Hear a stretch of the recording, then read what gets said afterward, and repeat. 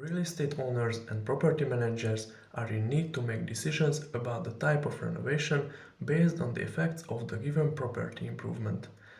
The EcoRenovator web application helps real estate owners, property managers, and housing companies make decisions based on the rate of return and the mitigation of CO2 emission when focusing on different renovation areas, and applies artificial intelligence to estimate the increases in selling and rental price. The concept of EcoRenovator serves the needs of all stakeholders.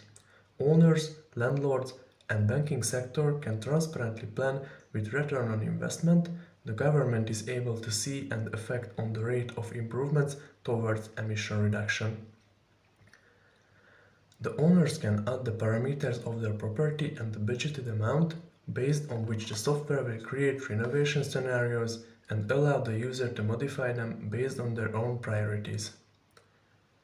The scenarios contains the expected rate of return, the mitigation of CO2 emission, the increases in energy efficiency, and the estimated increases in selling and rental price.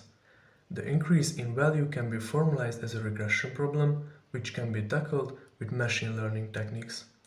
To achieve reliable estimation, our model needs data in standardized format from all important renovation works which were done or are planned in the next years.